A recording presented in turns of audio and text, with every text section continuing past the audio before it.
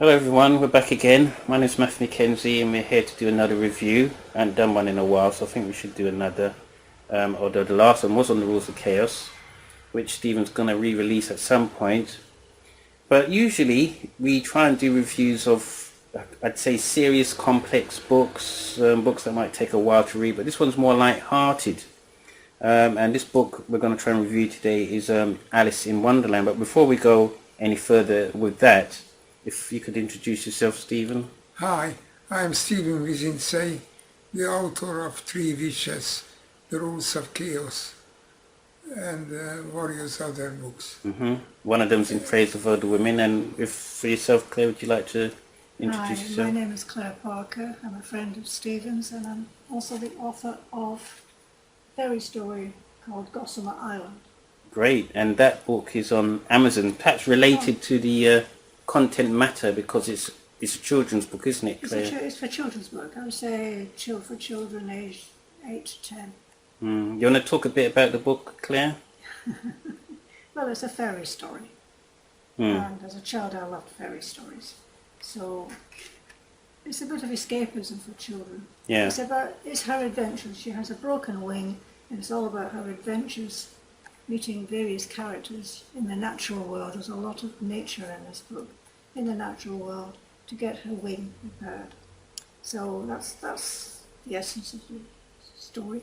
And it's a very exciting story as well. And I hope many children or even adults buy the book, because when we go back to the book of Alice in Wonderland, this is one of the books where an adult can say, I've read that book, and no one will be embarrassed, because these days when an adult says, I'm going to read a children's book, they're going to say, well, why are you reading a children's book?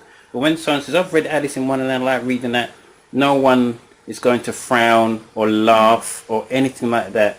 The book is well received. So we're going to talk about the book. I'm going to start with yourself, Claire, because I think this book in itself, its content, its sort of style and who it's aimed at is slightly related to your book. So I'm going to ask you a simple question. What do you like about the book Alice in Wonderland? That's a loaded question. There's a lot I love about this book. I read this book over and over and over again when I was about 8 or 9. I slept with it under my pillow, so that it was the first thing I read when I woke up. What did I like best about it? I suppose all the different characters in the natural world, going from the white rabbit and the caterpillar.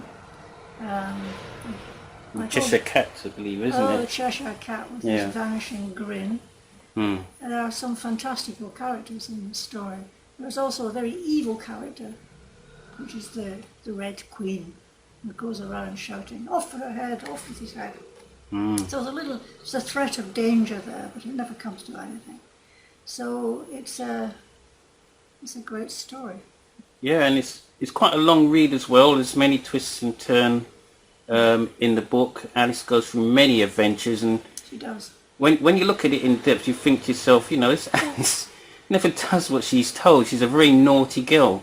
I don't think many adults would want their children or their daughters to aspire to be someone like Alice, because she's always just eat me and drink me and on the table, and she's quickly grabbing at those things and eating it. And I suppose Lewis Carroll, when he wrote the book, he was trying to map it against this girl he knew. Real character. That's right. Yes. So it's interesting that how he's trying to make this book relate to who he sees in real life.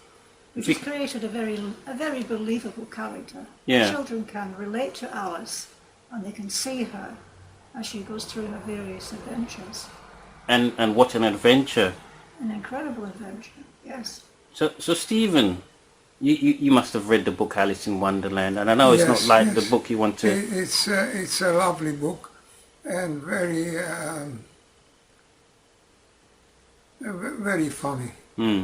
My favorite character was the White Rabbit, who went around, I will be late, I am late, I am late, and goes down the rabbit hole. And the way that the heroine, Alice, would become smaller and larger is quite magical. Yeah. Yes. So it's a very magical book. Once those who read it in the day, I mean, obviously when the book was released, it wasn't that well received, but over in time, the book has grown amongst many people. There's been many other, I suppose, media about the book, like the famous Disney films. There's even been like a real life sort of film made about the book. Many cartoons about the book, drawing people and children to read Alice in Wonderland. I've read it myself a long time ago. I don't remember much of it. The problem is, or rather the truth is, that we never grew up. Yeah. There is a child in all of us, and still a child in all of us. Just thinking. And that's why, and that's what it's a wrong way to say that it is a children's book. It is a book for readers who have a child in themselves. Yeah, I certainly agree with that, and it's an interesting way of looking at that, which is why when people do read that book, I'm hoping if there's anything to learn from this video, adults will go away and say, I want to read this book, and Stephen's right and Clare's right. There's nothing wrong in seeing yourself as a child in some sense. I think there's a lot of pressure in this world to make people grow up as fast as they can. You're right. And be as productive as they can. Yes. Because this is the pressure that's put on everyone every day for the rest of their lives, and they look back at their life. It's a sad thing. Yeah. So there should be a book like Alice in Wonderland, which is what it's done, is to say, look back in this book. There's something magical in the journey of Alice in this book. There's something magical in yourselves. Stephen is right. We never grow up in a good sense. Not never grow up and do stupid things. Hopefully that's not the message. But there's always something within us that can relate us back to our childhood. If we had a happy childhood. Claire, you were going to mention something there. Yeah, pictures of Alice have her with a band to keep her hair back. And that's passed into the language. And Alice band comes from Alice in Wonderland. All right. I assume so. Yes. An Alice band. Yeah. It's from Alice in Wonderland. And that goes to show how influential Indeed. the book Alice in Wonderland actually is. I'm going to go back to Claire again, and the book has many famous scenes, many favourite parts. In fact, I wanted to sort of ask yourself, what was your favourite part of the book? Is there anything that really stood out? Goodness. And she goes through many things. I mean, I know one scene is the Mad Hatter sort of party, yes. and then you got the Tea party. The Mad Hatter's tea party. That's probably my favourite scene. And why would you say that's your sort of favourite then? What sort of It's sticks a out? happy scene. There's no threat of danger there. She's invited to take part in the tea party. Mm. And there's and it's also very funny because there's a dormouse. There's a dormouse which is kept in a teapot. Mm. There's no tea in it, but that's why it's a delightful scene with no threat of danger or anything. It's just very funny and very delightful. Mm. And it's changed these days. You can turn on the TV as a child, and you can see the most horrific things if you're not careful. Never mind the 9 o'clock watershed. There's a lot of as well as this is over time, over the history of time, where things in the media or on TV are challenged, and people sort of get they get used to certain violent things, sexual things. In this book, it's more innocent, I suppose. It is. It's a children's book. It's not a fairy story, but it's akin to a fairy story because of all the fantastical things that happen to her, like the drink me or eat me, and she becomes bigger or smaller as the case may be. There are fantastical elements in it. Definitely. And Stephen, I'm going to ask you a tricky one, because I know you've not read a book for Alice in Wonderland for a very, very long time. Is there anything you remember in the book that you liked? Well, it is really, it's both silly and yet, and you would think it's quite easy to be silly. But if you compare with books like,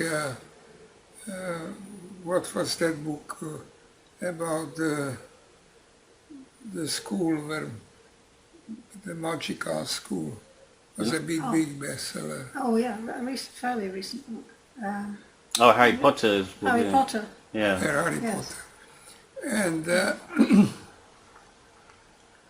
I don't think that Harry Potter will leave, but Alice in Wonderland will leave. Well, that's the one Oh. that has lived a long time. Actually, I mean, we've got to give, Harry Potter some chance because Alice in Wonderland has been around for a very, very long time. So it's Yes. Alice in Wonderland, the novel, has been, has had a head start Yes. of Harry Potter. I wouldn't discredit Harry Potter that much. Despite its content and who it's aimed at, it has made an impression. Otherwise, it wouldn't have done so well. I suppose what it is, though, I think what Stephen's also getting at is sometimes you get the feeling it's sort of rammed down your throats, really. And I think some people get a bit annoyed. But in its day, when Alice in Wonderland did came out, it wasn't well received. Was it not? It was not well received at all. People looked at that thing and thought, what the heck? What is this? About girls growing big and, cats grinning and disappearing and caterpillars smoking weird stuff. They're not going to read it. These are people with no imagination. But it did grow. I mean, when people read the book, they changed their minds. Yes. And this is the essence of a book. Sometimes Nothing books. really original, as Alice in Wonderland is starts as a success. Yes, that's right. Well, for great books, it must take time. Like wine, good wine must mature, isn't it? Yes. So I'm gonna go to things about the book, and this is probably not a fair question, I suppose. Is there anything you disliked about the book? No. No, and I'm gonna move on to like characters. Obviously, you mentioned a character that you hated, and when it comes to all children's books, usually there'll always be a character, just like in I suppose in a pantomime, because this is one of the books that can be sort of transferred to a pantomime, Indeed, and there's right. always a wicked There was always character. a villainous character. Well, in Alice in Wonderland, it's got to be the Red Queen. Queen of Hearts, yes. Queen of Hearts, yes. Off with her head, including Alice, off with her head. Yeah, So it's the only element of danger, really, I think, in the book, from the Red Queen. Yeah. Yes. yeah, But at the same time, it's funny because the Queen doesn't really mean it. Well, we hope she doesn't mean it because people nearby her don't want to lose their heads, No, they don't. They run away. so they're nervously laughing. Nobody gets their heads chopped. No, otherwise they would have banned the book, really. Or I don't think kids would like it. No. So again, I think I'm going to end the note, and I'm going to start with Clare again, because I do think the book must have inspired you to write children's books. It must have, in I some think it sense. probably did. Yeah, Probably inspired me to write Gossamer Island, which Yeah. is a fairy story. yeah. So why should people read this book? It's uplifting. Yeah, It's an event. It's exciting because it's a great adventure, but it's uplifting too because it has a happy ending. and that's quite important for today's age because, as you know, it's been a really difficult year for many people. Of course. Not just this year, but last year, and I'm referring to the pandemic. Absolutely. People losing their jobs, losing their lives, becoming unwell, and we need books like these to. To take them out of themselves Yeah. and relieve them something better. And what comes through the book is that how ludicrous we are taking ourselves too seriously. And I think this is, being a great review. It's a different book entirely compared to what is usually reviewed. I'm sure next week we'll look at a complex book. It could be In Remembrance of Lost Time, or something, the Marshall Proust's book, or something like that, or Crime and Punishment. yeah, could be that. Or I know you wanted to do Hamlet, I think, isn't it, Claire? Well, I wanted to do a Shakespeare play. Shakespeare, yeah, and It's those on are Night Stream, which is on your list. It's Yes. the only Shakespeare play on your list, but I could do it. Any play you like. yeah. As long as it's a book that you've read and everything, I'm not going to throw anything at yourselves which you haven't read. So okay, Stephen, why should people read this book? And I know you've mentioned it briefly, but I want you to try and sell this book to people, Stephen. Why should people read Alice in Wonderland? Why should they read it? Well, you should read it when you feel very gloomy.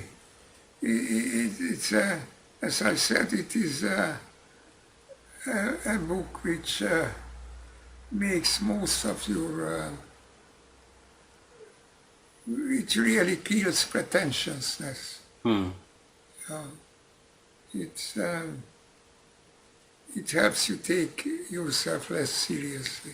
Yeah, and that's what we need for the world today. We do indeed.